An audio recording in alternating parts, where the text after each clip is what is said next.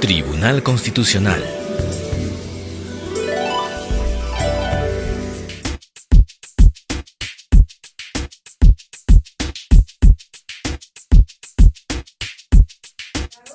Señor Manuel Miranda Canales, e integrada por los magistrados señores Óscar Urbiola Jani, Ernesto Blume Fortini, Carlos Ramos Núñez, José Luis Sardón de Taboada y Eloy Espinosa Saldaña Barrera.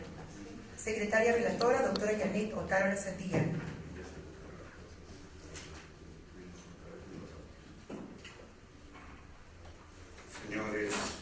Señores abogados, justiciables, público en general, muy buenos días, muchas gracias por el saludo, pueden tomar asiento.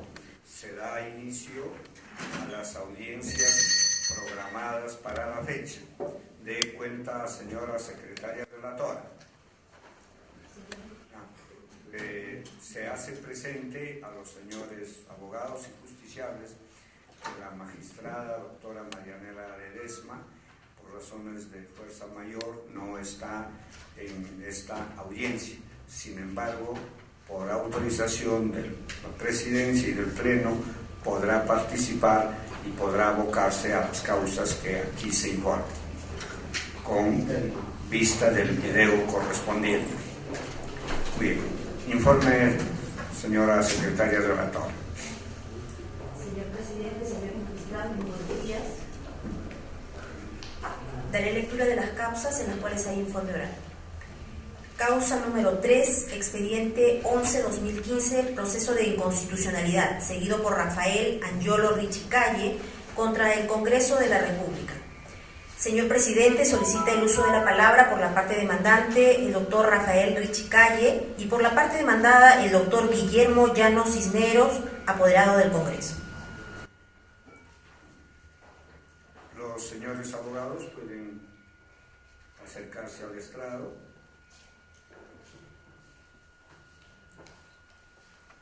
Señor abogado, puede hacer usted uso de la palabra a efecto de realizar la defensa de su patrocinado. El colegiado lo escucha con la mayor atención. Muchas gracias, señor presidente, señores magistrados. Muchas gracias, señor presidente, señores magistrados del Tribunal Constitucional. En representación de más de 5.000 ciudadanos, he interpuesto esta acción de inconstitucionalidad contra el artículo 3 de la Ley 30-190. Este artículo regula un procedimiento especial de importación de plaguicidas químicos de uso agrícola. Básicamente, lo que establece esta norma, el artículo 3 de esta ley, es un procedimiento en virtud al cual las personas que se dediquen a la actividad agrícola o sus organizaciones gremiales pueden, vía una simple declaración jurada, importar plaguicidas químicos de uso agrícola, con la limitante que esos productos tienen que ser para su uso directo, para su propio uso o para el uso de sus asociados en el caso de los gremios. Esta figura jurídica en realidad no ha sido creada por el artículo 3 de esta ley. Es una figura ya antigua en el Perú, que ha sido conocida con el nombre de agricultor importador usuario. La novedad es haberle dado rango de ley a este procedimiento. Este procedimiento ha existido hace muchos años, regulado siempre vía decreto supremo. Antes de entrar a explicar cuál es la razón por la cual se aprueba este artículo tercero, voy a hacer una breve referencia a cuál es la regulación legal de los plaguicidas, no solo en el Perú, sino a nivel mundial. Esto es algo que está regulado por un Código Internacional de Conducta para la Distribución y Utilización de Plaguicidas aprobado por la FAO. En base a este código se rigen todos los países en esta materia. ¿Por qué es necesario que los plaguicidas químicos sean evaluados antes de su uso y de su comercialización? Porque si bien se trata de productos de mucha utilidad para la agricultura moderna, son productos esencialmente peligrosos. Si resumimos este tema, tenemos que decir que se trata de venenos. Son venenos. Sin embargo, requerimos de estos productos para el desarrollo de la agricultura. Es por esta razón que hay que ser muy cuidadoso con el uso de estos productos. Y a nivel mundial existe un procedimiento técnico-legal que se denomina el registro de estos productos. Es decir, nadie puede poner en el mercado esta clase de productos sin una previa evaluación. ¿En qué consiste este registro? En la evaluación de tres aspectos. Los aspectos agronómicos, es decir, la eficacia del producto, saber si ese producto efectivamente es eficaz para combatir la plaga que dice combatir. Tenemos además la evaluación de los aspectos de salud, para saber si ese producto no causa daño a las personas, tanto al momento de la aplicación del producto como en la fase posterior, que es cuando consumimos todos los productos de la agricultura. Y finalmente tenemos la evaluación de los aspectos ambientales, porque muchas veces la utilización de un producto puede causar daños graves al ecosistema.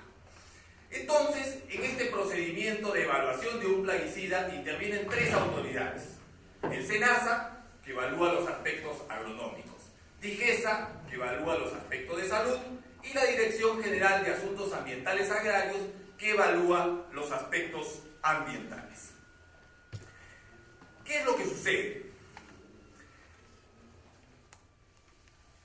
Durante muchos años, un determinado gremio de agroexportadores, AGAP, ha cuestionado los precios a los cuales venden los plaguicidas las empresas que cuentan con registros en el Perú.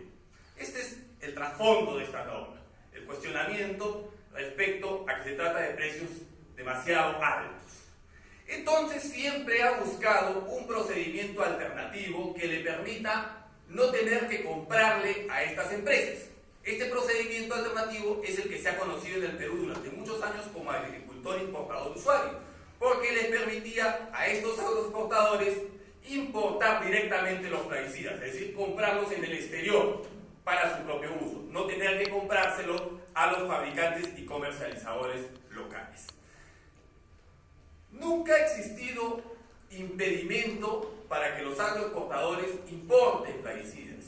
Donde sí ha habido un cuestionamiento y grave y que motivó más de una acción judicial es en la forma en que se hace esta importación. Es decir, no se cuestiona el derecho que tienen los agroexportadores de comprar sus productos donde ellos quieran. Pueden comprarlos a nivel local o pueden traerlos del exterior. Lo que sí se cuestiona es que se dé el mismo trato a todos. Es decir, si yo quiero traer un producto del exterior, perfecto, lo compro donde yo quiera y a quien yo quiera y al precio que quiera.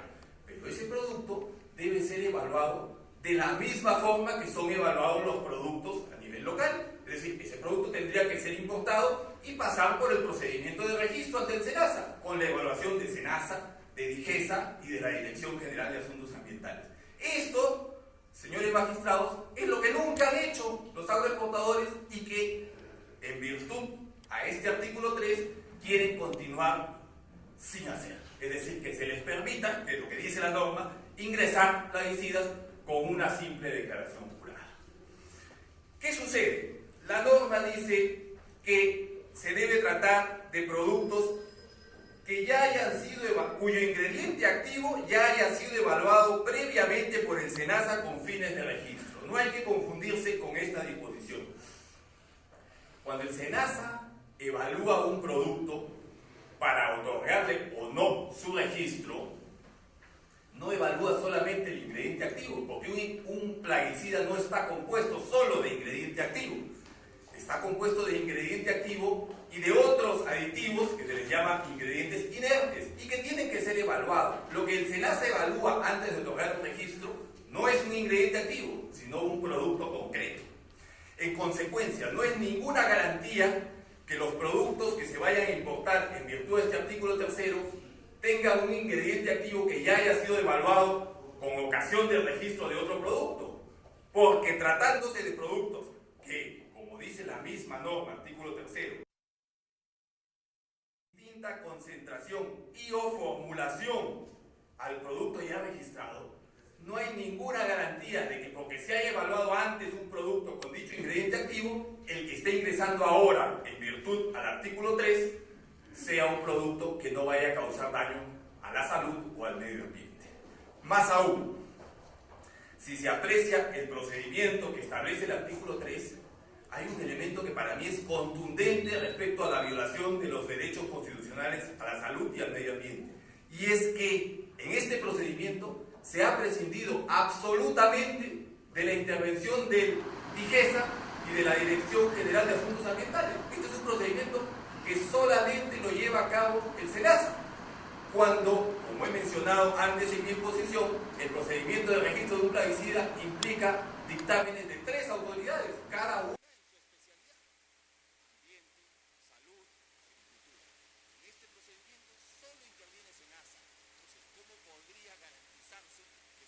De productos que no vayan a causar daño a la salud y al medio ambiente si ni siquiera se consulta a las autoridades pertinentes. Entonces, ¿cuál es el verdadero objetivo de esta norma? No es, como se ha dicho y por eso he citado en la demanda varias partes del diario de debate, no es, tal vez como creyeron los congresistas, esta norma no busca facultar a los agricultores a importar plaguicidas, porque esa facultad ya la tenía. Nadie les impide importar plaguicidas, no necesitaban de esta norma. El trasfondo de esta norma, el verdadero objetivo de esta norma, es importar plaguicidas sin evaluación. Ahí hay que poner el énfasis, en sin evaluación. Lo que busca esta norma es importar plaguicidas con declaración jurada. Y eso es lo que no debe permitirse. Ahora, he presentado yo con la demanda 3 informes de especialistas en la materia que han analizado la norma y han explicado claramente cuáles son los peligros que ella implica. He presentado los informes del máster Luis Subillama, que es un exfuncionario de la Oficina de Protección Ambiental de los Estados Unidos de América. Él es peruano, pero tiene amplia experiencia en esta materia y realmente se ha quedado sorprendido de que el Perú haya podido aprobar una norma como esta. He presentado también un informe del jefe del Laboratorio de Toxicología de Insecticidas y Tecnología de Aplicación de Pesticidas de la Universidad Nacional Agraria. Y finalmente un informe del presidente de la Asociación Peruana de Toxicología. Todos coinciden en señalar que se trata de una norma que pone en peligro la salud y el medio ambiente.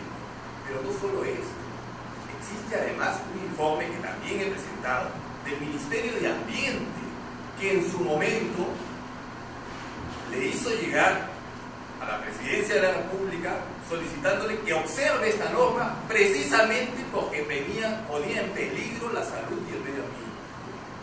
Entonces, todos los especialistas que han analizado esta norma concluyen en que efectivamente es una norma que pone en riesgo la salud y el medio ambiente. En la contestación de demanda no he visto un solo informe técnico que permita rebatir lo que se ha presentado. Ahora, existe también el tema de la igualdad de la ley, que creo que es fundamental. Estamos aquí ante un procedimiento paralelo de importación de plaguicidas. Es decir, en el Perú, en virtud de esta norma, existen 2 procedimientos para importar plaguicidas. Si yo soy agricultor o un gremio de agricultores, me acojo a este procedimiento e importo vía declaración jurada y solo me revisa papeles el SENASA. Pero si yo no soy un agricultor o una organización de agricultores y quiero importar plaguicidas para vendérselos a agricultores o a gremios de agricultores, tengo que seguir todo el procedimiento de evaluación, DIGESA, SENASA, Dirección General de Asuntos Ambientales, lo cual está bien, porque eso es lo que hay que hacer, es como se hace en todo el mundo. Lo que está mal es que se les permita a otros, bajo el pretexto de adquirir productos más baratos, que se les permita importar vía una simple declaración jurada. Se ha dicho en la contestación de demanda que el SENASA, en base al tercer párrafo del artículo 3 de la ley, sería el que cubriría este tema de la declaración jurada porque hay un seguimiento y una evaluación de los productos. Y esto no es cierto, y no es cierto por varias razones. Primero, por la redacción del artículo 3. del párrafo tercero. Dice, se faculta al SENASA. Es una facultad al SENASA, ni siquiera es una obligación del SENASA. El SENASA puede o no hacerlo, es una facultad que se le da. Pero además, aunque quisiera, el SENASA no podría hacerlo, porque como al momento en que son importados estos productos pide una simple declaración jurada, no se solicita al importador lo que se le solicita a las demás personas, es decir, un dossier completo del producto, donde se puede evaluar los aspectos ambientales y de salud, como se prescinde de la evaluación en materia de salud y ambiente, es imposible que el SENASA pueda hacer esa evaluación, porque el SENASA no tiene cómo saber si el producto puede o no potencialmente causar un daño a la salud y el medio ambiente. Y en este punto también quiero señalar, porque se ha dicho, sobre todo el gremio de AGAP lo ha dicho siempre, en el sentido que este procedimiento se ha aplicado en el Perú muchos años y que nunca ha causado daño. Esto no es cierto. Lo que sucede es que este tipo de daños que causan los plaguicidas generalmente son visibles luego de muchos años. Cuando un aplicador utiliza este tipo de plaguicidas, no es que al día siguiente, al mes siguiente, al año siguiente se enferma de cáncer. Puede que esto suceda a los 10 años. Y probablemente ese señor ya no esté trabajando donde trabajaba hace 10 años. Y por esa razón nadie atribuye a la causa de esa enfermedad al plaguicida. Pero existen estudios a nivel mundial que demuestran que esto es así. Es por eso que hay que ser muy cuidadoso con el tema del plaguicida y hay que evaluarlos antes de su ingreso. No me voy a extender más, quiero concluir solo diciendo que esta ley se ha aprobado, y eso está de manera transparente en el diario de debates, con el único propósito de eludir el cumplimiento de una sentencia del Tribunal Andino que ya le había ordenado al Perú dejar de aplicar el procedimiento denominado agricultor importador de usuario, y sobre todo con el propósito de eludir una medida cautelar otorgada en una acción popular que había suspendido la aplicación de los permisos de este tipo. ¿Qué es lo que ha hecho el Congreso? Darle rango de ley a este mismo procedimiento para eludir la medida cautelar en la acción popular. Por estas razones, solicito a este tribunal declarar la inconstitucionalidad del artículo 3 de la ley 30-190. Muchas gracias. Señor abogado, puede hacer usted uso de la palabra para hacer la defensa de su patrocinado. Lo escuchamos también con la mayor atención.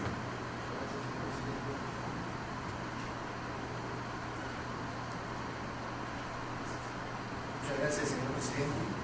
Con su venia, voy a ejercer la defensa del Congreso de la República y del presente proceso de constitucionalidad. Definitivamente la demanda tiene una serie de argumentos, pero... Para efectos del debate, y agradezco que hoy día sí haya debate, haya venido el abogado de la parte demandante, a diferencia de otros procesos. Para efectos del debate voy a referirme a los puntos que ha tocado el abogado de la parte demandante. Como se ha señalado, la ley 30-190 establece un procedimiento especial para el caso de la importación de plaguicidas químicos de uso agrícola para consumo propio. Eso no lo negamos, está en la norma. Y ciertamente se hace mediante una declaración jurada. Pero como bien se ha mencionado en el artículo 3, existe una norma por la cual se puede ejercer un control de los plaguicidas que han ingresado al país.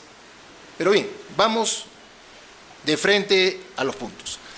Se argumenta que se vulnera, que esta ley podría vulnerar el derecho al medio ambiente, el derecho a la salud. Muy bien. En la demanda se sostiene que se vulnera el derecho al medio ambiente porque se atenta contra el deber de prevención, deber que debe ser cumplido por el Estado precisamente para salvaguardar el derecho indicado. Muy bien. Cuando hablamos del deber de prevención, señor presidente, miembros de este tribunal, en la sentencia que se cita en la demanda se dice expresamente que este deber exige la adopción de medidas de protección antes de que se produzca realmente el deterioro al medio ambiente. Antes de que se produzca el deterioro al medio ambiente. Este punto debería quedar claro. Como bien se ha señalado en la exposición del abogado de la parte demandante, se han citado 5 informes. 2 del Ministerio del Ambiente y 3 de profesionales que, bueno, han elaborado pues informes técnicos sobre la materia, ¿no? Se ha dicho que el Congreso de la República no ha presentado ningún solo informe técnico para sustentar su posición. Es que no hemos tenido necesidad, porque vamos a utilizar los mismos informes que ha presentado la parte demandante para sustentar nuestra posición, como se verá a continuación. Hemos dicho que se presentan 2 informes técnicos del Ministerio del Ambiente. El primero es un informe técnico del año 2014, que se refiere a la autógrafa de la norma aprobada y que ahora es cuestionada mediante este proceso. Este informe solamente se refiere al primer párrafo, mediante el cual se establece el procedimiento de importación de plaguicidas químicos de uso agrícola para consumo propio mediante la declaración jurada.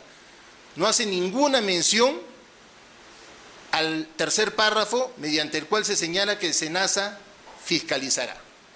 Solamente se refiere al primer párrafo. Pero bueno, yo creo que eso no es lo más importante.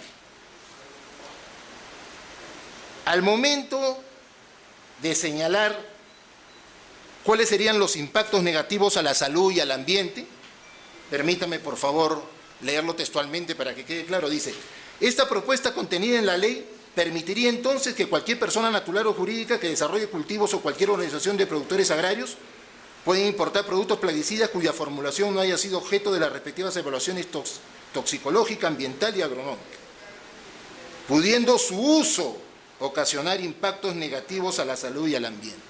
Su uso. ¿Qué es lo que puede ocasionar? Como también lo ha señalado el abogado de la parte demandante, porque en algún momento señaló, dijo, antes de su uso hay que ser cuidadosos con el uso. O sea, ¿qué es lo que podría dañar? Podría, porque es una posibilidad. El medio ambiente o la salud, el uso. Lo dice el primer informe del Ministerio del Ambiente. Luego, en un segundo informe, ya referido a los decretos supremos a los que se ha hecho referencia, que regulaban la figura del agricultor importador usuario, el mismo Ministerio de Ambiente, a través de la Dirección General de Calidad Ambiental, reitera que es el uso lo que podría causar el daño al medio ambiente. Dice: con la dación de la reglamentación para el registro y control de los PQIA, o sea, los plaguicidas químicos, en el país se acepta la importancia que juegan en la sociedad y en la economía, es decir, de sus beneficios. Pero al mismo tiempo se reconoce que estos presentan un peligro de algún tipo si es empleado inadecuadamente o liberado en el ambiente en cantidades excesivas. Dice: lo señalado lleva a plantear que el manejo seguro de los plaguicidas es posible siempre y cuando se conozcan sus peligros y las condiciones en que estos puedan darse y se tengan al alcance las medidas para su control. ¿Por qué hacemos tanto énfasis en este punto? Porque al parecer se está argumentando que se vulnera el deber de prevención para proteger el medio ambiente o la salud si es que ese control no se realiza antes de la importación. Nosotros señalamos, como lo han señalado estos 2 informes del Ministerio del Ambiente, es que esas medidas de protección no necesariamente deben darse antes de la importación, sino antes del uso, que es a lo que el tercer párrafo del artículo 3º apunta. Ahora, los 3 informes que se presentan respecto al tema fueron emitidos por profesionales, también están en la misma dirección. Uno de esos informes fue el informe del máster Luis Suguyama, que fue dirigido a Protec y a la Cámara de Comercio de Lima, también está en el mismo sentido. Cuando habla de los posibles riesgos a ser causados por el uso de los agroquímicos, expresamente señala, ¿no?, que se pueden presentar problemas serios como aplicadores y trabajadores agrícolas estarían más propensos a posibles intoxicaciones debido al uso de productos mal etiquetados o usados indebidamente. También dice, además se podrían cometer muchos errores en las dosis y número de aplicaciones de estos productos importados. Nuevamente, el uso. El otro informe del doctor Javier Vázquez Castro, jefe del Laboratorio de Toxicología de Plaguicidas de la Universidad Nacional Agraria La Molina, de octubre de 2014, se encuentra en el mismo sentido. En el mismo sentido. Dice, la salud humana puede ser afectada por los plaguicidas, ya sea directamente, a través del contacto directo con estas sustancias, o además indirectamente. Y cuando se refiere al impacto directo, dice que puede ser por diversas vías, ¿no? La vía ocupacional, que se caracteriza por la contaminación de los trabajadores que manipulan las sustancias, uso. La vía ambiental se caracteriza por la dispersión, distribución de los plaguicidas a lo largo de los diversos componentes del ambiente, la contaminación del ambiente, la contaminación atmosférica, la contaminación de los suelos, uso. La vía alimentaria se caracteriza por la contaminación relacionada con la ingestión de productos contaminados con plaguicidas, uso. El último informe que se señala, que es el del presidente de la Asociación Peruana de Toxicología, el doctor Ricardo Carpe Guzmán, se encuentra en el mismo sentido. Entonces, señor presidente, miembros del tribunal, si vamos a hablar de vulneración del deber de prevención, tendríamos que hablar si es que este deber no se lleva a cabo antes del uso, no necesariamente antes de la importación. Ahora, se menciona que el artículo 3 sería inocuo, ¿no? Porque dice que se faculta al SENASA. Señor presidente, el artículo 3 podría no existir, porque todos sabemos que el SENASA es el encargado justamente de fiscalizar los plaguicidas y evitar que se produzca un daño al medio ambiente o a la salud. Y aquí, fíjense en la demanda, dice que el tercer párrafo de la disposición impugnada dice, establece una vigilancia ex post que no garantiza el deber de protección del medio ambiente que le corresponde al Estado. Falso. Es ex post importación, pero no es ex post uso, que es lo que nos debe preocupar. Muy bien. Cuando se argumenta, señor presidente, que se vulnera el derecho a la protección de la salud, se utiliza la sentencia en la que se señaló que el Estado peruano atentaba contra las normas comunitarias respecto a la importación de plaguicidas químicos de uso agrícola. Y la sentencia también se encuentra en la misma dirección. También señala, ¿no? Dice, es evidente entonces que el uso, manejo y aplicación de plaguicidas de uso agrícola tiene un gran impacto en la salud de la población y por lo tanto debe ser correctamente controlado por la autoridad nacional competente, el uso, nuevamente. Entonces, señor presidente, para no andar en el mismo tema, nosotros consideramos que el deber de prevención para proteger el derecho al medio ambiente y el derecho a la salud se debe realizar mediante acciones antes del uso, no necesariamente antes de la importación. Se menciona, señor presidente, que esta norma sigue incumpliendo la sentencia emitida por el Tribunal de Justicia de la Comunidad Andina. Nosotros consideramos que no, porque precisamente, a pesar de que no se le dé importancia al SENASA, la norma está poniendo de manifiesto que debe existir un control posterior a la importación, y precisamente para evitar el daño al medio ambiente y el daño a la salud. En consecuencia, nosotros consideramos que esta norma no atenta, o mejor dicho, no incumple la sentencia, como para poder mencionar que se está atentando contra el derecho a la cosa juzgada. Ahora también se menciona que se atentan contra el derecho a la cosa juzgada porque se está modificando una norma que está relacionada con el objeto de un proceso de acción popular. El Congreso, señor presidente, al emitir esta norma, está cumpliendo con las atribuciones que le establece la Constitución, dar leyes. O sea, eso quiere decir entonces que las normas que se encuentran dentro de un proceso ordinario, constitucional, ¿no pueden ser modificadas? Yo creo que no. Yo creo que sí pueden ser modificadas. No existiría pues un parámetro al legislador. Ya el juez verá cómo la aplica, teniendo en cuenta pues el principio de temporalidad de las normas. Pero decir que el Congreso vulnera el derecho a la cosa juzgada porque modifica una norma que está siendo utilizada en un proceso judicial o en un proceso de acción popular, no me parece un argumento válido. Señor presidente, poco para utilizar el mismo tiempo que ha utilizado el abogado de la parte demandante, existen más argumentos que se encuentran en la demanda, pero nosotros no consideramos que la norma sea inconstitucional. Y un último punto, señor presidente, que se me estaba pasando. Se señala que se vulnera el derecho a la igualdad ante la ley. Ciertamente se ha mencionado, lo que se trata en este caso es de dar una norma que promueva el desarrollo agrario. Dicho sea de paso, deber que se establece en la Constitución para el Estado. En consecuencia, sí, es una cuestión de costos, porque definitivamente no hay que ser un economista para poder colegir que toda compra directa es más barata que la compra a través de un intermediario. Si la preocupación es que esa compra directa va a atentar contra el derecho al medio ambiente y a la salud, ya hemos comprobado que no va a ser así.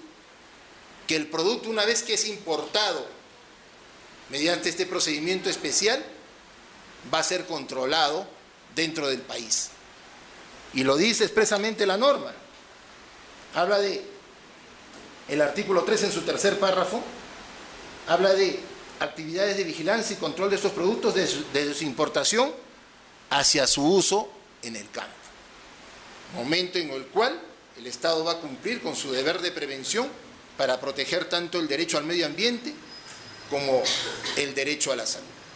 Dicho esto, señor presidente, solicito que se declare infundada la presente demanda. Bien, muy bien. Va a replicar brevísimamente. Sí, muy brevemente. Solo para mencionar todo lo que se ha expuesto acá. Se dice que el peligro no estaría al momento de la importación, sino al momento de la utilización del plaguicida. Eso en realidad es un argumento absolutamente equivocado. Es como pretender que el SENASA estuviera en capacidad de enviar un funcionario a cada una de las parcelas para controlar el uso. Eso no es así. Ahora, además, hay un tema de fondo aquí. Si el procedimiento del artículo 3 es, como sostiene mi colega, un procedimiento seguro para importar plaguicidas, ¿por qué no se permite que todos importen con ese procedimiento? Es decir, ¿por qué las empresas comercializadoras, al momento de importar, sí tienen que ser evaluadas al momento de importar por DIGESA, por Dirección General de Asuntos Ambientales y por SENASA? ¿Por qué no se aplica el mismo procedimiento si es tan seguro como dice mi colega? Es decir, que importen con una simple declaración jurada y que el SENASA luego las controle. Si según, como sostiene mi colega, no hay ningún peligro para la salud y el medio ambiente. Se ha citado además la sentencia del Tribunal Andino, pero de manera equivocada. El Tribunal Andino condenó al Perú y le ordenó derogar el procedimiento de agricultor importador usuario, que es exactamente igual a este. Es decir, el Tribunal Andino, cuando dijo que había peligro en la utilización de los plaguicidas, estaba analizando una norma igual a esta, que permitía importar con declaración jurada. Es decir, el Tribunal Andino, viendo una norma que permite importar con declaración jurada, dijo que eso pone en riesgo la salud y el medio ambiente, lo mismo que han dicho los tres expertos que he citado, porque todos han visto el texto completo de la norma. Es más, cuando se menciona el tema del informe del medio ambiente, y con esto concluyo, este informe del medio ambiente se refiere a la autógrafa de la ley, al mismo texto que ha sido aprobado, y le pide al señor presidente que observe la norma, viendo el párrafo tercero, porque es imposible que el SENASA pueda hacer un control si no cuenta con el dossier respecto a los aspectos ambientales y de salud, porque se prescinde de esa información. Muchas gracias. No va a duplicar. Perfecto. Sí, señor presidente. En principio quisiera contestar lo referido a que si es un procedimiento seguro que consideramos que sirve eso, ¿por qué no se aplica para los importadores comercializadores? Me parece curioso. Mi colega se preocupa de que el SENASA posiblemente no tenga la capacidad para fiscalizar a los importadores usuarios, pero quiere darle una responsabilidad adicional, que fiscalice también a los importadores comercializadores. Esta es una norma de excepción, un procedimiento especial que, como he señalado, busca promover el desarrollo agrario. Esa es la razón que se está dando este tratamiento especial. Ahora, se menciona que en el Ministerio del Medio Ambiente, en el informe presentado, le recomienda al presidente que observe la autógrafa. Sí, pues le recomienda eso, pero nuestra preocupación es por qué no se refirió al tercer párrafo. Señaló que se vulneraba el derecho del medio ambiente y se centró en la importación, pero paradójicamente decía que el peligro está en el uso, al igual que los informes de los 3 profesionales. Ahora, para concluir, la sentencia del Tribunal de Justicia de la Comunidad Andina ciertamente condenó al Perú, pero en la sentencia se señala que su principal preocupación es justamente la protección del derecho al medio ambiente y la salud, y lo dice expresamente la sentencia. Dice, ¿no? El sistema de registro que contempla la normativa comunitaria es un reflejo de la preocupación por el control de los plaguicidas químicos que se usan en los países miembros. El mecanismo de evaluación garantiza que los beneficios sean mayores a los riesgos por el uso, y por este motivo el registro es obligatorio para todo aquel que quiere fabricar. Dice, la evaluación del registro debe darse atendiendo a los efectos hormónicos. Pero cuando habla, en otra parte, sobre la finalidad última de la decisión 436, que es la norma sobre la base sobre la cual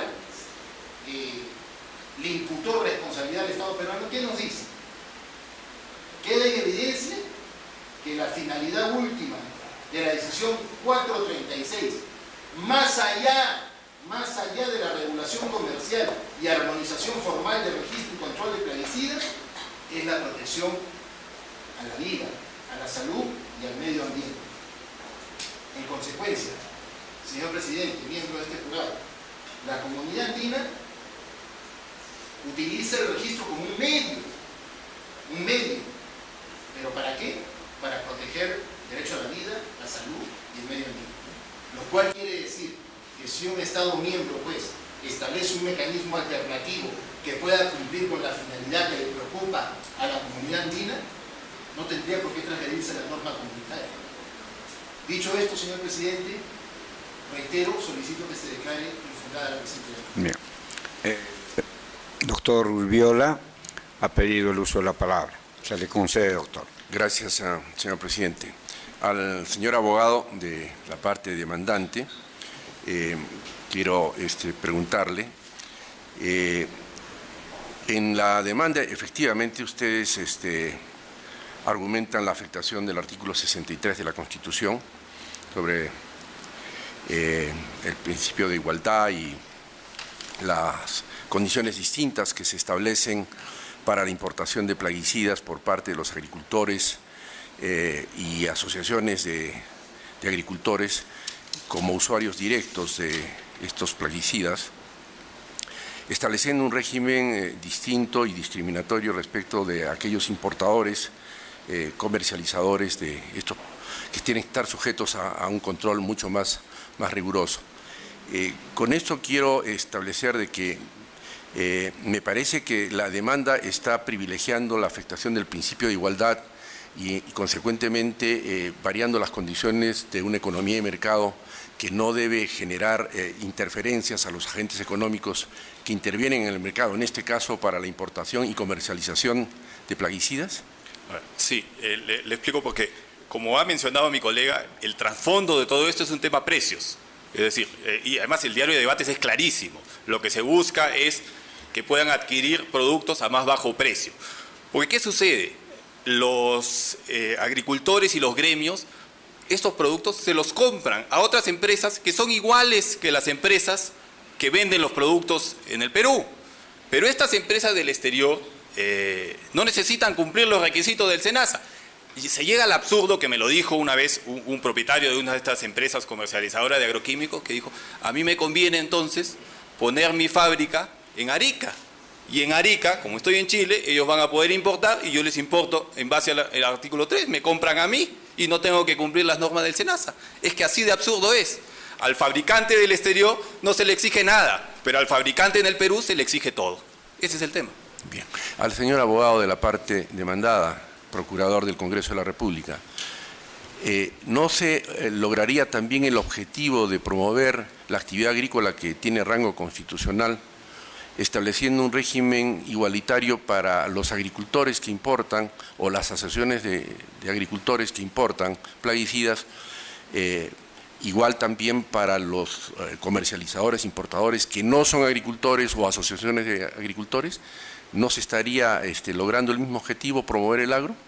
Y, lógicamente, evitando alterar las reglas de una economía de mercado donde debe haber la menor interferencia del mercado a través de los precios. Fíjese, señor magistrado, como he señalado, esta es una norma, un régimen especial que busca promover el agro, ¿no? Y es justamente lo que señalaba hace unos momentos respecto a la posibilidad, pues, de que se utilice el mismo mecanismo, ¿no?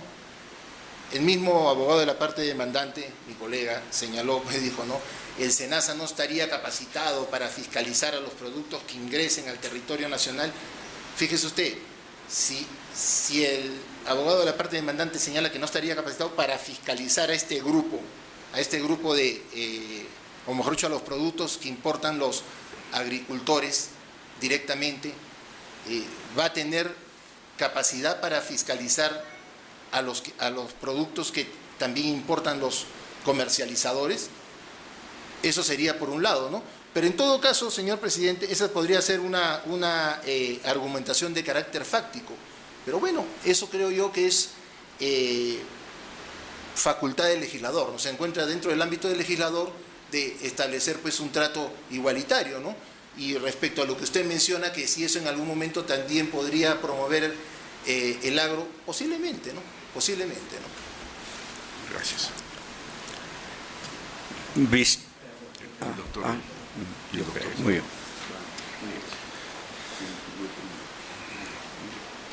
El doctor Eloy Espinosa Saldaña tiene el uso de la palabra. Gracias, presidente. Mis preguntas van básicamente al procurador del Congreso. Cuando hablamos de un test de igualdad, constatamos que hay diferencias en el tratamiento y queremos ver si estas diferencias tienen una justificación razonable. Supuestamente para eso tenemos que apuntalar que un fin lícito se plasme por medios adecuados, soporte un análisis de proporcionalidad. Asumiendo que el promover el desarrollo agrario es un fin lícito, parece ser un medio que soporte un análisis de proporcionalidad, una situación donde hay un informe del Ministerio de Medio Ambiente que dice esto no camina igual. Usted nos ha hablado de que lo que plantea la sentencia del Tribunal Andino es que tenemos un estándar de protección del registro que podría ser reemplazado por un estándar similar, igual de intuitivo, pero claro, nunca nos termina indicando usted cuál sería ese estándar igual de intuitivo. Entonces, pediría que nos explique mejor entonces cómo se soporta esta situación de trato diferente, más no discriminatorio por una situación de carácter especial, que es básicamente el alegato suyo. Porque si estamos haciendo un trato diferente y no tengo un escenario suficientemente garantista, entonces no podemos alegar a cabalidad un juicio de proporcionalidad. Entonces, quisiera escucharlo un rato, que nos explique cómo esta justificación de un objetivo que puede ser muy loable soporta un test de proporcionalidad y no se convierte en discriminación. Bien.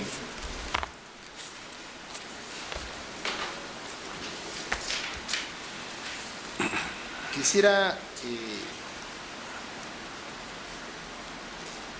cuando la sentencia del Tribunal de Justicia de la Comunidad Andina habló de la vulneración del derecho a la igualdad, dijo, salvo que exista una justificación razonable, ¿no? O sea, consideró que se podía, digamos, establecer un tratamiento diferente si hay una justificación razonable. La justificación razonable existe. Ciertamente, lo que se pretende es propiciar que los costos de los agricultores disminuyan. ¿Para qué? Para de esa manera propiciar las agroexportaciones. Creo que es una finalidad. Pero es que no vamos bien. Cuando usted habla de un juicio, cuando usted habla de un test de igualdad, que no lo hemos inventado nosotros, es el Tribunal Europeo hace casi 50 años. ¿Ya? El tema es, la finalidad no está en discusión, porque la finalidad puede ser una finalidad lícita, por lo menos no prohibida por los ordenamientos jurídicos. El asunto es que esto tiene que ver adecuado por medios adecuados, que sean alternativas menos gravosas a otros derechos. El problema no es que entonces, el problema no va por donde usted quiere ir, el problema es cómo revierte el riesgo que supuestamente hay que alguien traiga productos cuando el mismo Ministerio de Medio Ambiente dice que esto puede generar riesgos. Y cuando usted lo único que nos dice es que el registro puede tener equivalentes, pero no nos explica cuáles son esos equivalentes, con lo cual podemos tener un producto que esté en la situación pudiendo perjudicar a la comunidad y no tenemos cómo justificar ese tratamiento distinto para que no sea discriminatorio. A eso es lo que quiero que vaya. O sea, usted nos ha dicho, y además ahí como el Tribunal Andino no está diciendo nada nuevo, que el registro es una justificación suficiente. Ahora, si usted no va a seguir el registro, va a plantear una alternativa, ¿qué garantías se está tomando para que no haya un perjuicio al medio ambiente?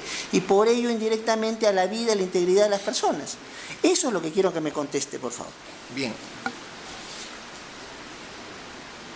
Sí existe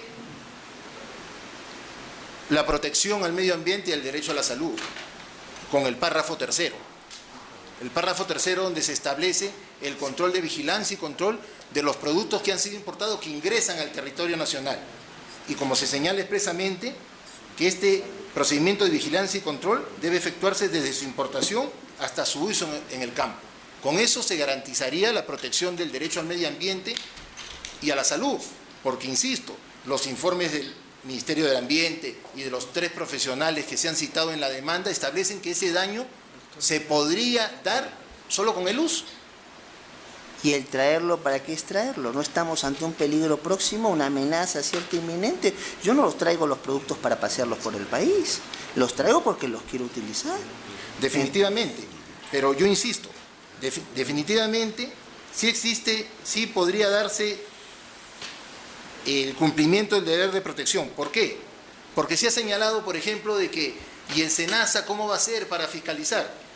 Ojo, estamos partiendo de la premisa que se presenta una declaración jurada en la que se dan los datos del producto y evidentemente ahí figura también quién está importando, el agricultor que está importando. Es decir, es el punto de partida para que el SENASA inicie un procedimiento de fiscalización una vez ingresado el producto. Ciertamente que el producto es traído para ser usado, pero a lo que voy yo es establecer un procedimiento para que una vez que ni bien ingrese el producto al Perú, el SENASA inicie un procedimiento de fiscalización. Y es justamente lo que se le está delegando al SENASA. Y es más, como vuelvo a repetir, la norma no es que esté dando carta blanca para que no se fiscalice, porque al SENASA no se le necesita decir, señores SENASA, fiscalicen. Esa es una atribución, o mejor dicho, es una competencia que ellos tienen. Ahora, es curioso porque usted acaba de decir que el mismo SENASA estaría rebasado con las competencias que se le da. Yo lo dejo ahí. Muchas gracias, presidente. A continuación, el doctor Sardón. Para el abogado de la parte demandante, están las personas que usted representa solicitando mayor control sobre la importación directa de plaguicidas por parte de los agricultores, ¿no? Similar al que se tiene sobre los importadores comercializadores de plaguicidas. Es correcto.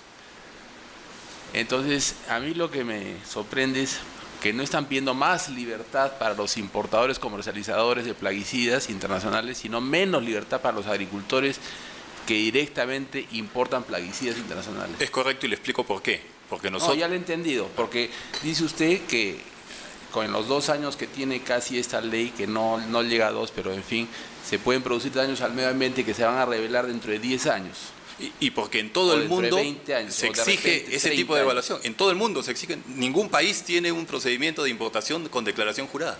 Bueno, ¿tiene usted data sobre eso? Esa es parte de lo que informan los técnicos. Me guío por lo que informaron los técnicos. Bueno, lo veremos con lupa, pero no necesariamente porque no todos tienen la Constitución del Perú. O sea, la Constitución del Perú tiene normas muy claras sobre la competencia.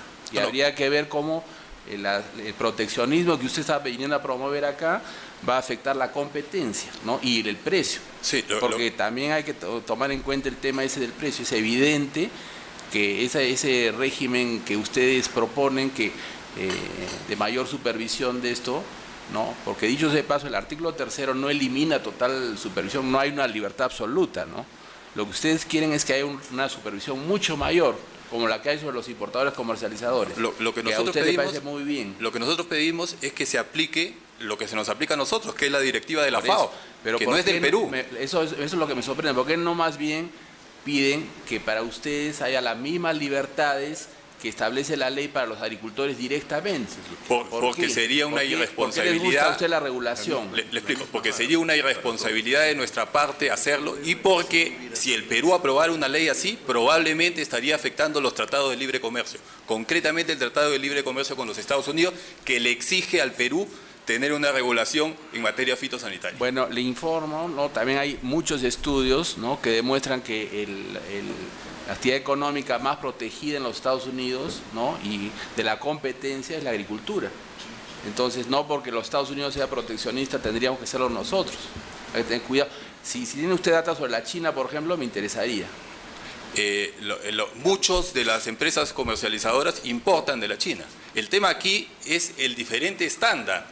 Y yo lo he mencionado en mi exposición. No es el diferente estándar, porque si fuera el mismo estándar que piden, pedirían la igualación en libertad. No están pidiendo la igualación, está pidiendo usted igualación en la regulación, es lo que quieren ustedes. En mi demanda... están pidiendo igualación en protección burocrática. No es exacto. En mi demanda lo he señalado expresamente en un párrafo, donde he dicho que si el procedimiento es seguro, se aplica todo. Muy bien, le agradezco. El doctor Blume va a solicitar el uso de la palabra. Se le concede, doctor. Muchas gracias, señor presidente.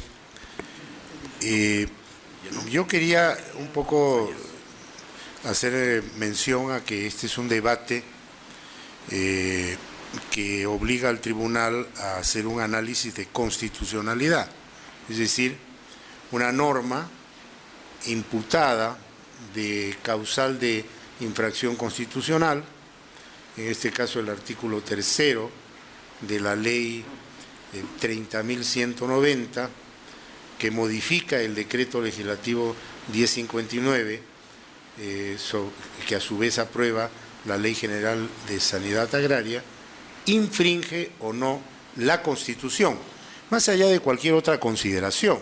Ese es el rol que compete al juez constitucional. Es un análisis en puridad de puro derecho.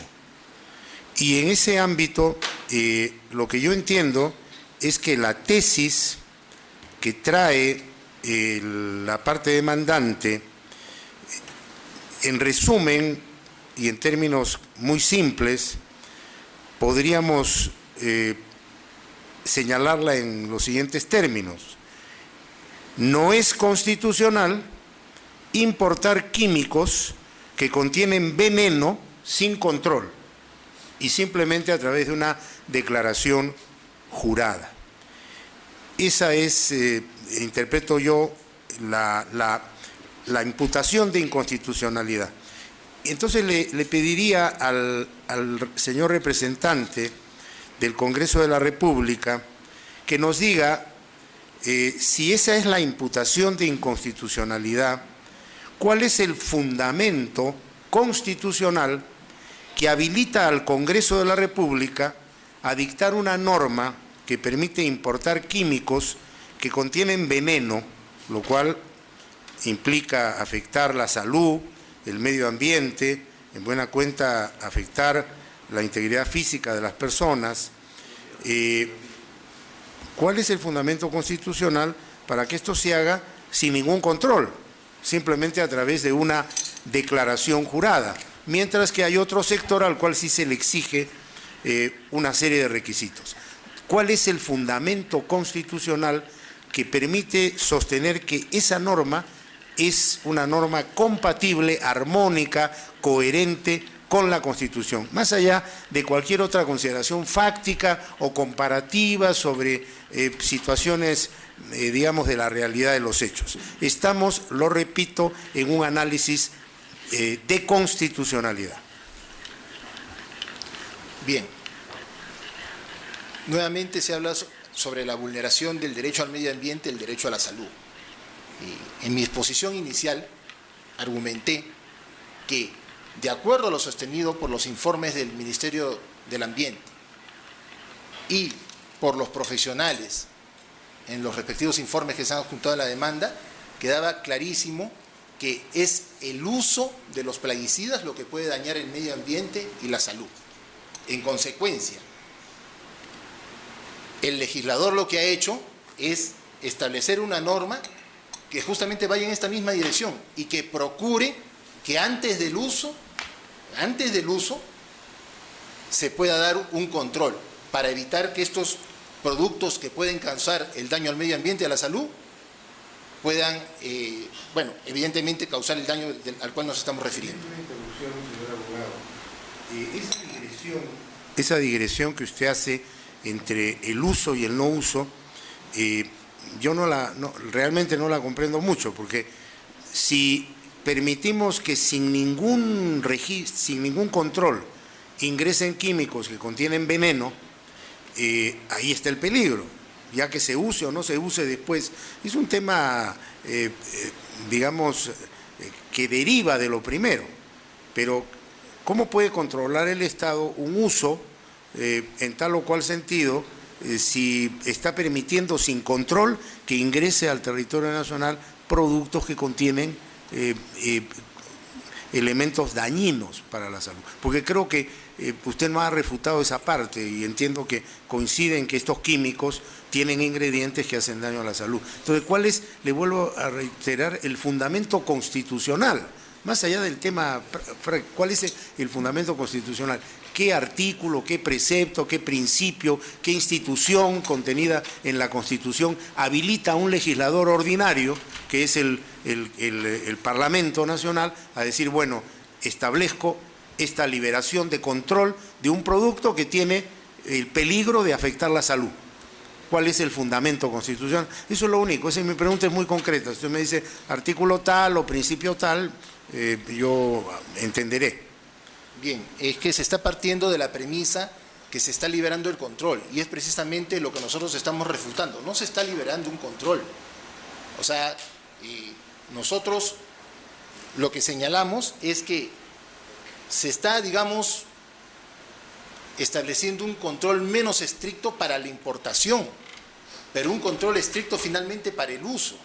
Y nosotros hacemos esta digresión entre importación y uso, que puede, digamos, satisfacer a algunos o no, digamos, es posible. Y ahora, en este punto, señor presidente, esa es la discusión. Si nosotros protegemos, ¿qué queremos proteger? ¿Antes de la importación o antes del uso? El legislador ha optado por proteger antes del uso. ¿Para qué? Para darle tratamiento especial a un determinado grupo. Ahora, señor presidente, permítame, aprovechando este tema, hacer una aclaración respecto a lo señalado por el magistrado Espinosa Saldaña. Seguramente, posiblemente no me he expresado bien, pero yo no afirmé que el SENASA estaba rebasado. Yo tomé la premisa de la cual partió el abogado de la parte demandante cuando señaló, pues, que el párrafo tercero establecía un control después de la importación, y él puso en tela de juicio que el SENASA fuera capaz de realizar esa fiscalización. Es una premisa de la cual yo no partí. La tomé como un ejemplo porque él quería que a ese control también se sumen los importadores comercializadores. Bien. Doctor Sardón ha solicitado el uso de la palabra. A propósito de la pregunta del doctor Blume, yo quería preguntarle lo siguiente, ¿no? La distinción que se hace en los informes técnicos no es entre uso y no uso, sino entre buen uso y mal uso. ¿O no es el caso? Cuando yo he hecho mención a los informes, yo no me he referido al uso o no uso, sino yo lo que he querido enfatizar, y seguramente no se ha entendido, no lo he hecho de la mejor manera posiblemente, es que el daño se produce con el uso. En consecuencia, si el daño se... ¿Perdón? Con el mal uso. Claro, o sea, lo que yo me refiero es que al momento de usar, por diversas circunstancias, ahí se podría producir el daño, ¿no? Entonces yo lo que he querido enfatizar, que si es en ese momento en que se utiliza el plaguicida, que se puede producir el uso al medio ambiente o a la salud, entonces el Estado de lo que se tendría que preocupar es de controlar en la etapa previa. Posiblemente se está poniendo en tela de juicio que el Estado no pueda controlar después de la importación. Ese es otro tema.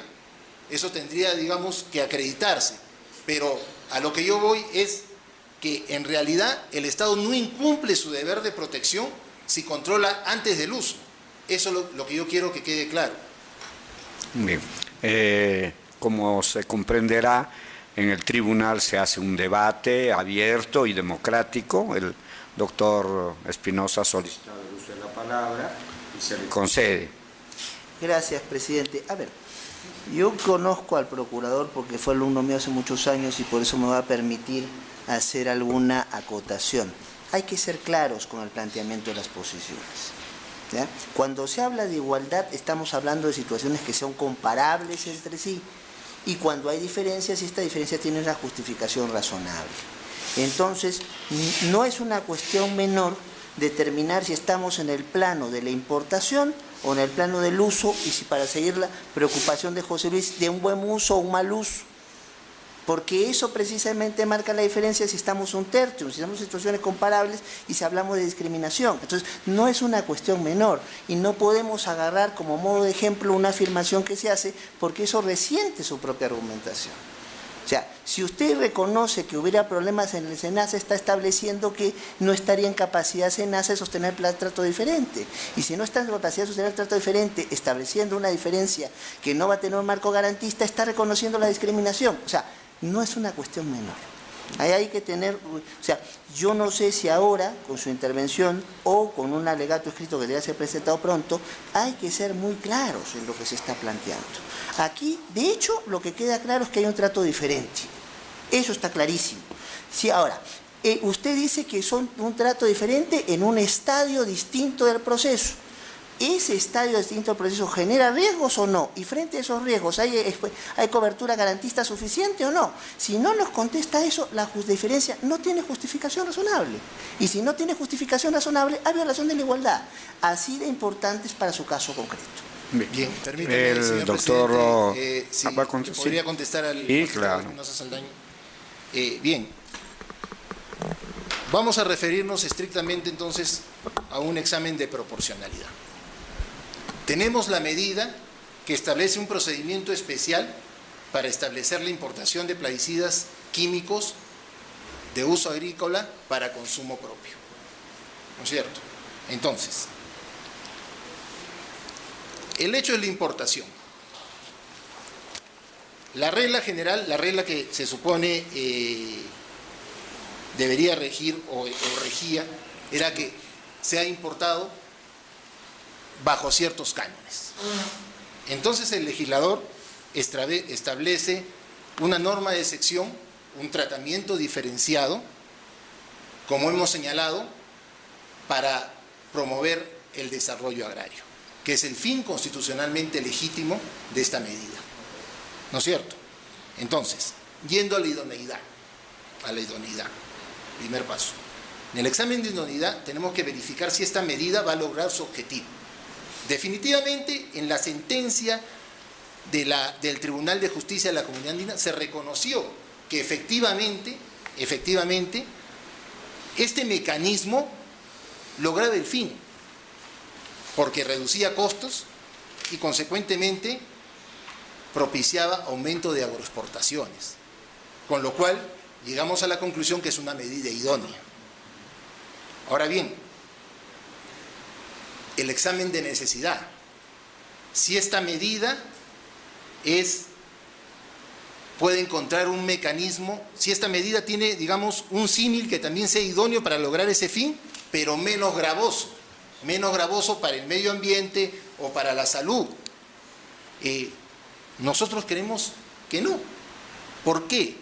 Porque el legislador no está diciendo vas a importar con declaración jurada y te olvidas, como quiera que sí lo hacía con el anterior régimen, y es lo que no se ha dicho.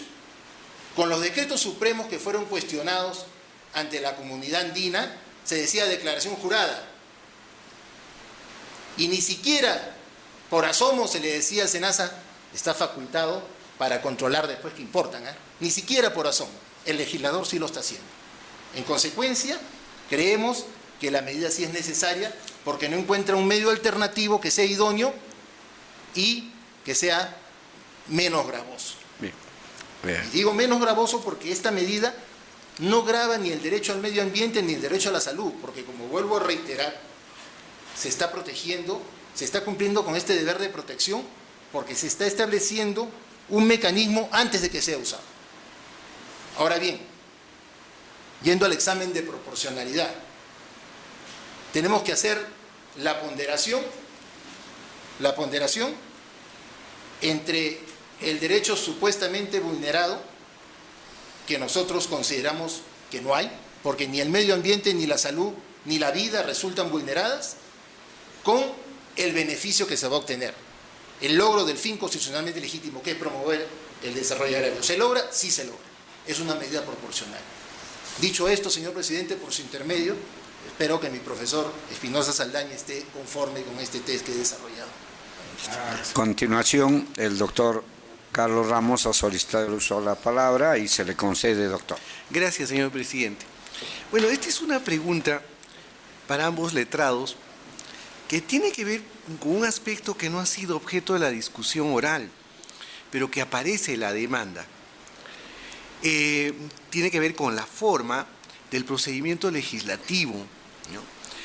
La parte demandante ha señalado que se ha incumplido con lo previsto en el artículo 105 de la Constitución, en cuanto a ningún proyecto de ley puede sancionarse sin haber sido previamente aprobado por la respectiva comisión dictaminadora, ¿no? Salvo la excepción señalada en el reglamento del Congreso, que es el artículo 70. A su vez, la parte emplazada ha señalado de que no, que esto no es así, que se ha cumplido con el reglamento, con el artículo 70.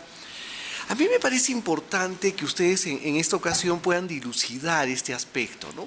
Creo que es importante conocer cuál ha sido el itinerario de la formación legislativa de esta norma.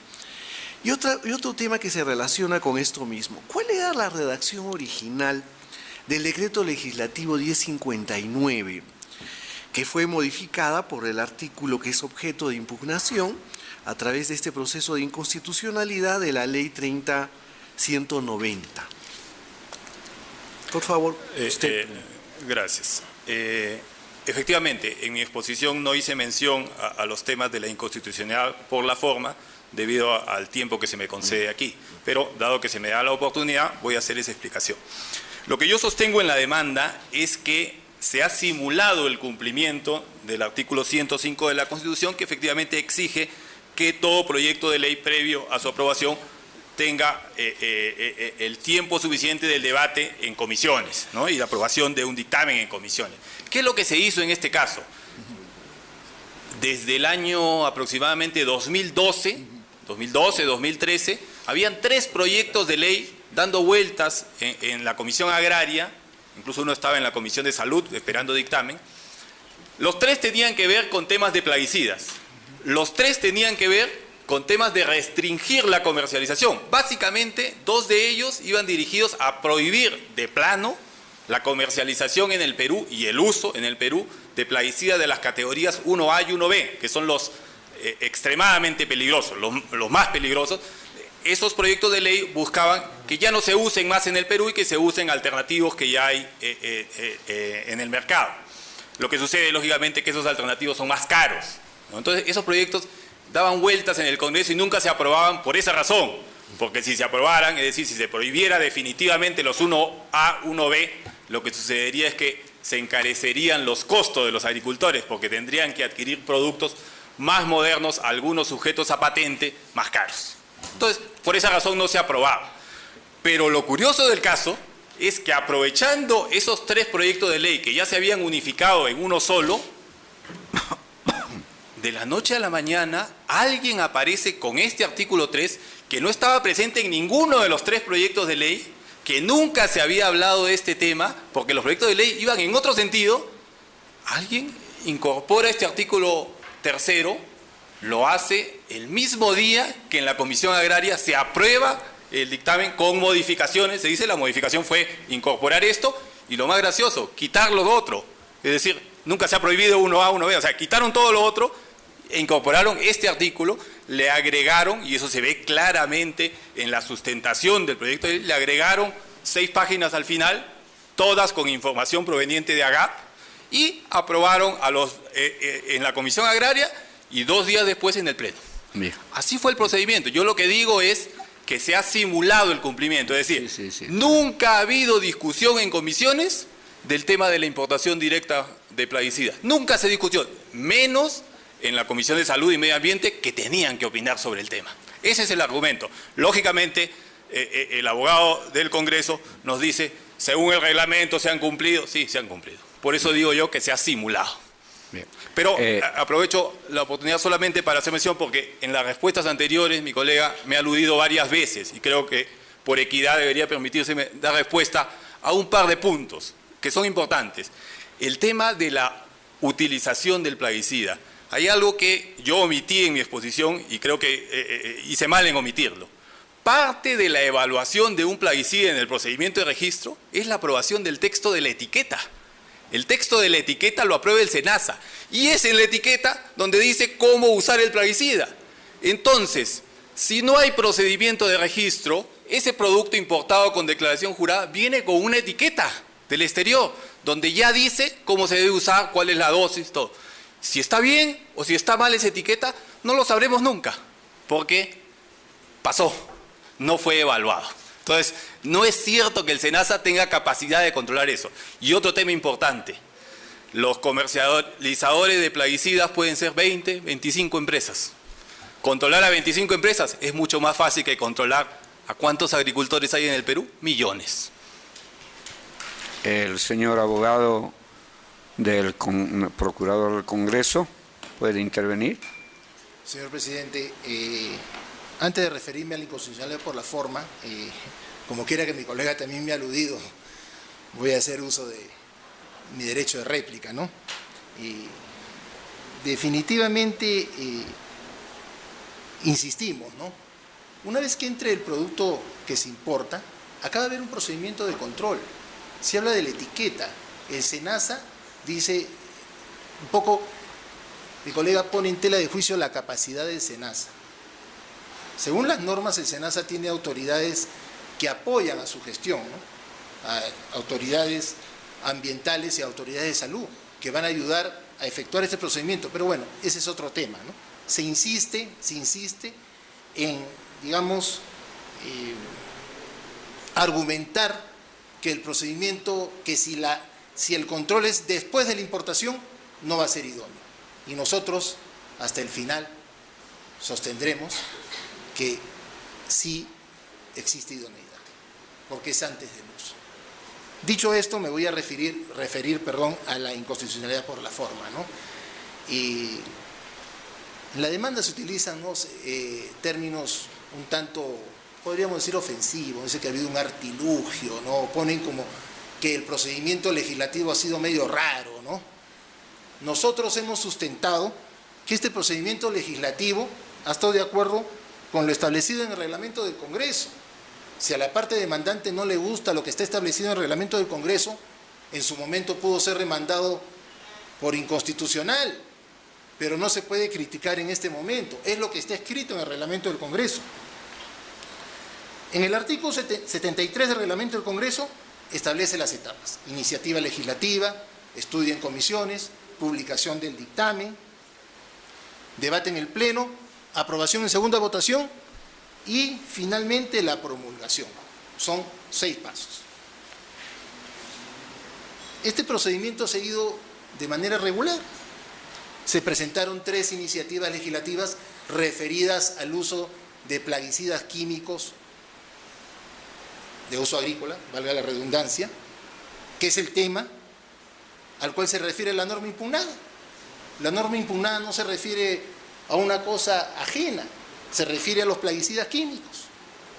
Bien, se presentaron 3 proyectos, uno por el congresista Jaime Delgado. Una interrupción.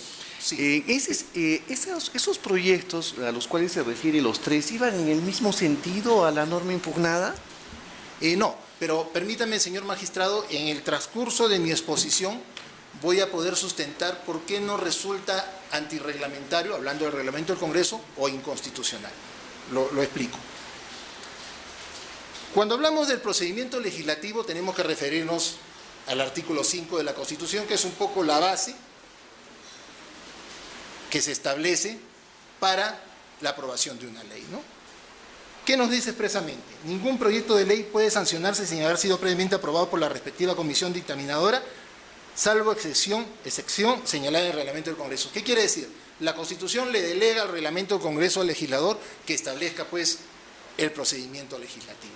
Y es lo que se hace en el artículo 73. Se presentan 3 proposiciones. Una del congresista Jaime Delgado Segarra, otra del Poder Ejecutivo y otra del congresista Zamudio Briceño. Se cumplió el primer paso. Son proposiciones, se propone. No podemos pensar que lo que se propone necesariamente se va a aprobar. Por algo son los estudios en comisiones. Luego, en el segundo paso, que viene el estudio de comisión, el proyecto del congresista Segarra y del Poder Ejecutivo fueron derivados a la Comisión Agraria. Y el proyecto del congresista Zamudio fue derivado a la Comisión Agraria y a la Comisión de Salud, a 2 comisiones. Bien, llegado el momento, la Comisión Agraria dictaminó sobre los 3 proyectos. Ahora, me parece que se considera que la comisión en su dictamen tiene que tomar literalmente lo que están en los proyectos. No, el reglamento del Congreso es claro. El dictamen propone al Pleno la aprobación de un texto normativo.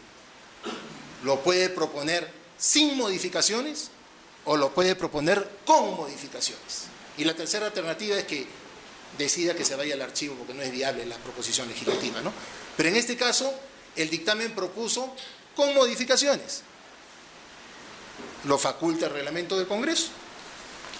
Luego pasamos a la tercera etapa del proceso. Pero para esto debo decir que el tercer proyecto del congresista Briceño, que fue derivado de la Comisión de Salud, fue exonerado de dictamen, facultad que existe en el reglamento del Congreso, sobre la base del artículo 105 de la Constitución.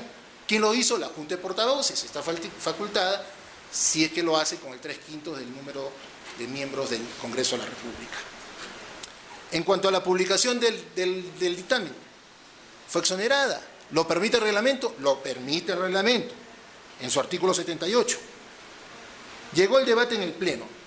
Se puso a discusión el dictamen de la Comisión Agraria.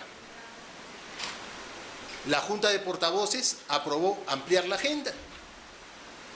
¿Lo contempla el reglamento? Lo contempla el reglamento. La agenda es aprobada por el Consejo Directivo, pero la Junta de Portavoces, sobre la base de lo establecido en el artículo 31A del reglamento del Congreso, puede ampliar la agenda. Está permitido. Luego viene el debate en el Pleno. Se dice, subrepticiamente, se colocó la norma impugnada. La norma impugnada, señor presidente, miembro del tribunal, aparece en el dictamen. Aparece en el dictamen. Y fíjese, pudo no aparecer en el dictamen.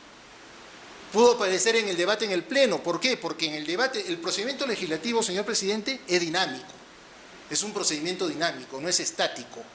En el camino se pueden ir presentando ajustes u otras disposiciones para enriquecer la propuesta legislativa que se va a aprobar. No podemos pensar que lo que se presentó en el proyecto tiene que ir religiosamente hasta el final. No, el procedimiento legislativo es dinámico. Esto, la norma impugnada ya figuraba en el dictamen. Vuelvo a reiterar, pudo aparecer en el Pleno y el presidente de la comisión puede en un texto sustitutorio incluirlo a propuesta de un congresista, porque al final todo eso va a ser debatido y aprobado en el Pleno. Pero hay un dato interesante, señor presidente, porque un poco que se quiere señalar de que en la comisión no se dijo absolutamente nada sobre el tema, y eso es falso, eso es falso. Fíjense, la norma fue aprobada en abril de 2014 y la Comisión Agraria en su sesión del día 10 de septiembre del año 2013 hizo mención a la cuarta reunión del Consejo Andino de Ministros de Agricultura celebrada el 26 de junio de 2013 en Lima. ¿Y qué se hizo, qué se dijo en esta reunión? ¿Qué se acordó? Solicitar la suspensión temporal de la decisión 436 como la modificación de esa decisión. ¿Para qué? Para permitir la importación directa de plaguicidas químicos para uso propio. En consecuencia, no podemos señalar al señor presidente que en el procedimiento legislativo este tema se mantuvo al margen o fue algo misterioso. No, se tocó en la Comisión Agraria. Los miembros de la comisión conocían sobre el tema. Dicho esto, señor presidente, consideramos de que no se ha vulnerado el procedimiento legislativo. En consecuencia, para responder la pregunta del magistrado Ramos, no resulta esta disposición inconstitucional por la forma. Muy bien. Bueno, pareciera... Bueno, entonces, vista la causa, queda al voto después del amplio debate.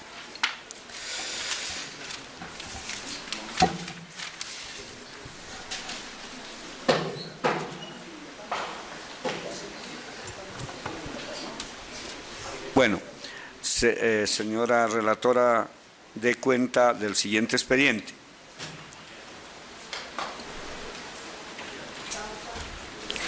Causa número 4, expediente 5332-2015, proceso de habeas corpus, seguido por María Carmen Díaz Huerta contra Juan Manuel Cusi Ramos Bravo y otra.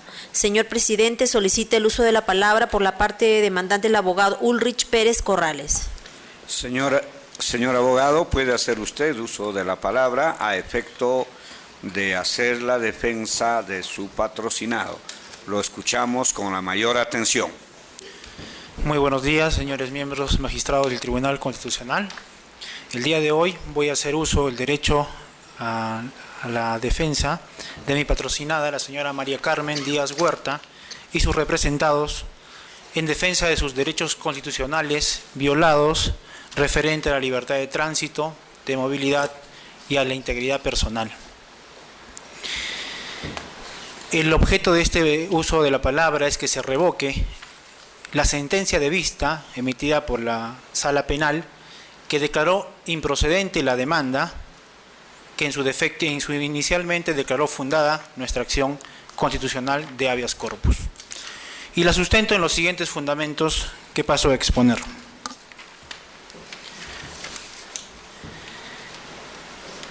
El habeas corpus presentado solicita al juzgador que se disponga el retiro de las planchas, de 3 planchas metálicas instaladas sobre una sección de propiedad de los demandados, ubicados en la urbanización León 13, J14 del distrito de Caima, pese a la existencia de un derecho de servidumbre constituida ante un proceso judicial con calidad de cosa juzgada desde hace más de 40 años.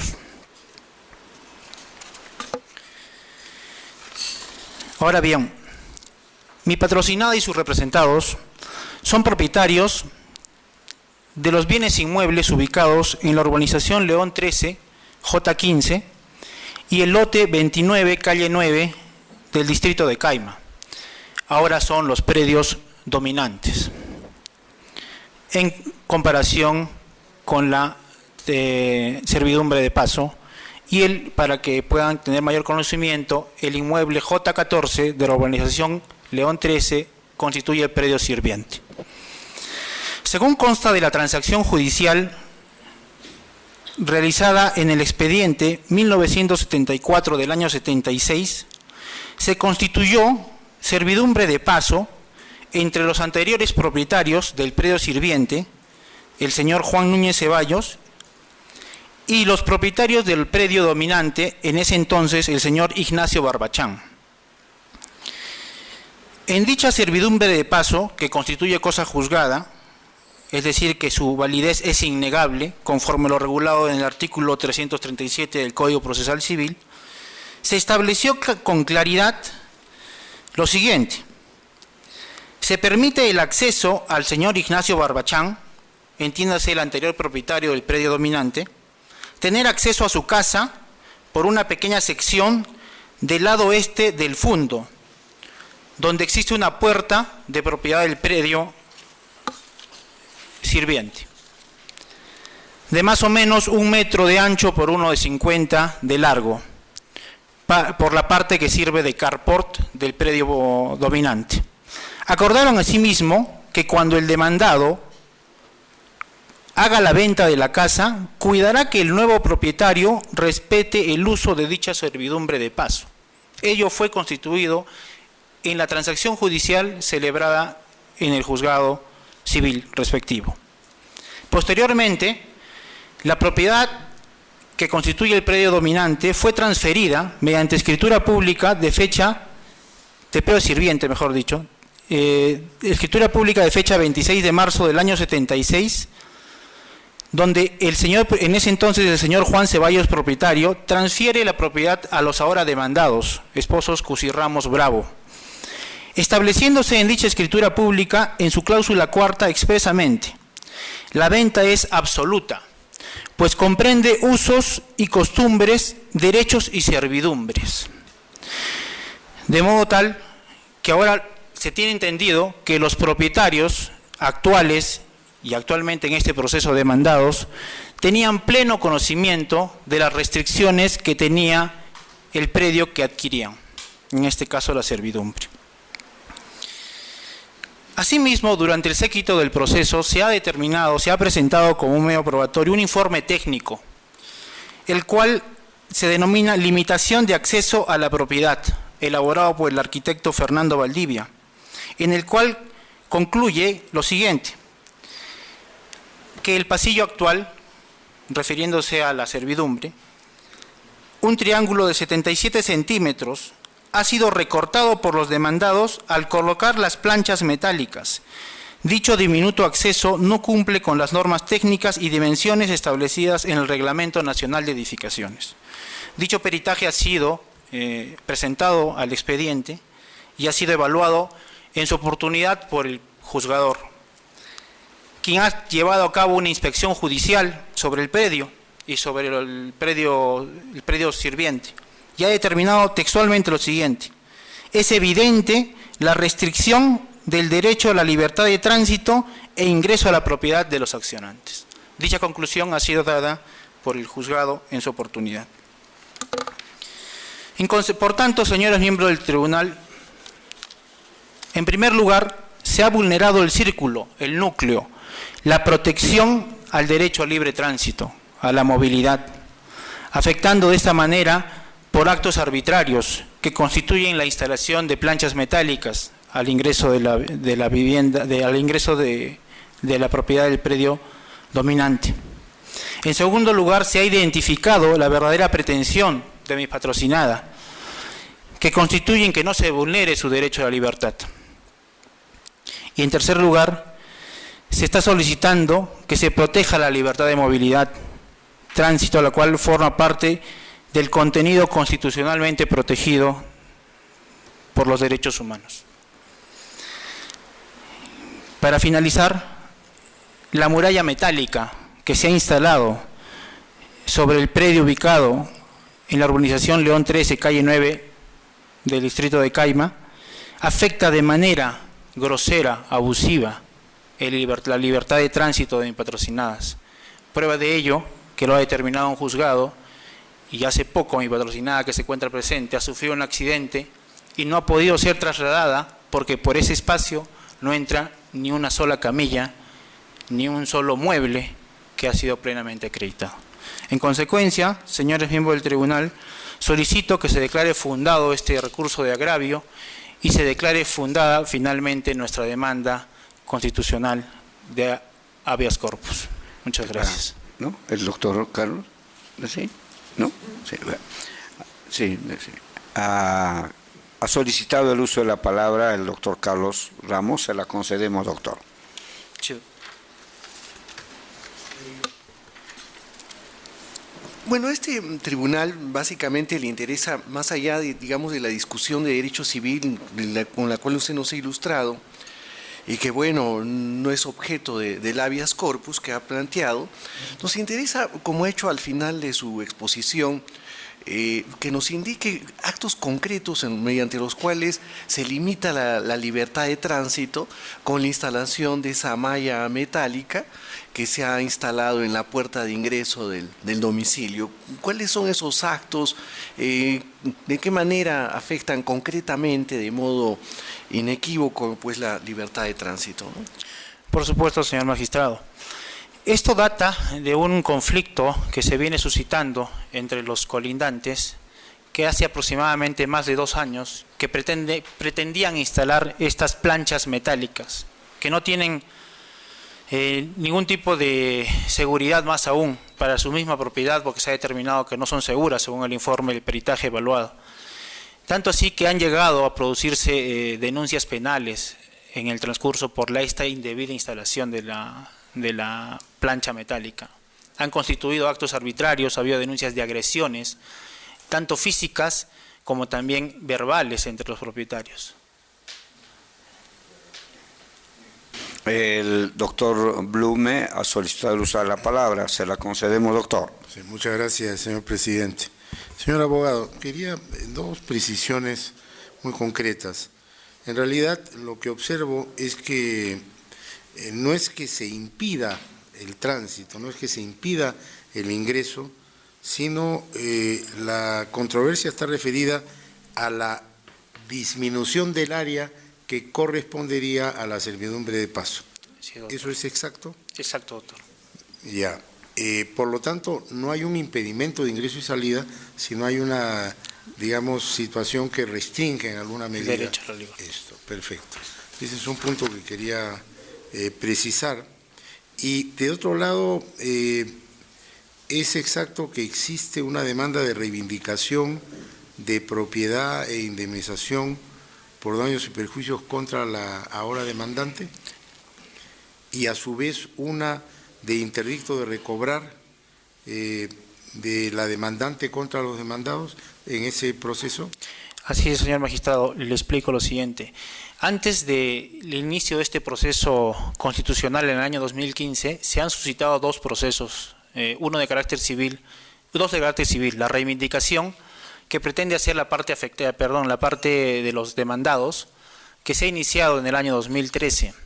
Y por su parte se inició un proceso de interdicción, o interdicto, mejor dicho, de recobrar por parte de mi patrocinada. Dichos procesos, doctor, solo para aclarar, se encuentran en trámite. Y atendiendo a lo que establece el Código Procesal Constitucional referente a la naturaleza de la acción constitucional del habeas corpus, me permito hacer atingencia a ello, porque es una de las razones con la cual la Sala Penal revoca nuestra sentencia y la declara improcedente. Establece que el derecho, la acción de habeas corpus tiene una naturaleza residual a las acciones civiles o a las acciones ordinarias. Consideramos que hay jurisprudencia del mismo tribunal que establece que el derecho y la acción de habeas corpus no necesariamente establece criterios o para declararla preliminarmente improcedente a tener a situaciones ordinarias previas, porque es un derecho prima facie a nivel supraconstitucional. Muy bien. El doctor Sardón ha pedido el uso de la palabra. Se la concedemos, doctor. Como hemos escuchado en el anterior caso, el Perú es un país donde hay solo 20 empresas importadoras, comercializadoras de insecticidas, pero hay millones de personas. Entonces, yo me pregunto, ¿cuál es la trascendencia constitucional de este asunto? Porque, como usted comprenderá, siendo 7 magistrados del Tribunal Constitucional nada más, si nos ponemos a ver todos los pleitos que hay entre los vecinos, entre los millones de peruanos, no vamos a poder atender los otros casos. ¿Cuál es la trascendencia constitucional de este asunto que usted nos trae acá? Bien, doctor. Absolviendo su interrogante, la trascendencia es que se está vulnerando el acceso, se está restringiendo el acceso de personas que podría ser, usted podría ser uno de los miembros del tribunal, a su ingreso a la libertad, a su ingreso a su propiedad.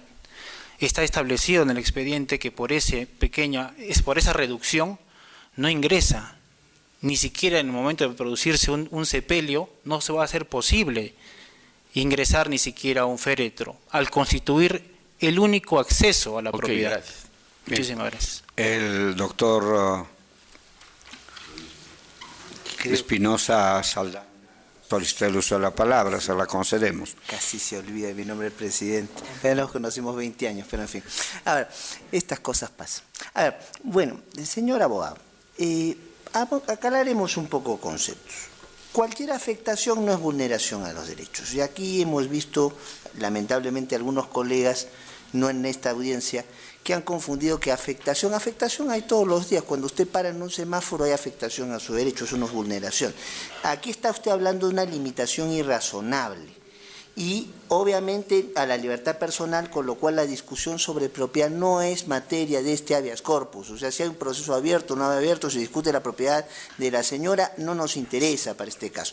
Nos interesa si es que realmente una afectación, una vulneración por una limitación irrazonable al derecho.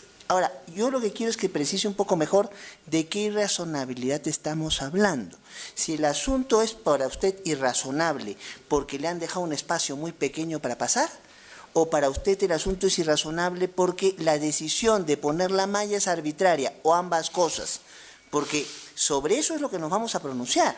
O sea, si para usted el problema es que nunca debió darse la orden de la malla, o que pudo haberse dado la orden, pero la malla le deja un espacio tan pequeño que no permite pasar. ¿Cuál es la irrazonabilidad para usted? Eso pediría que fuera claro. Muchas gracias por su solicitud de aclaración, doctor.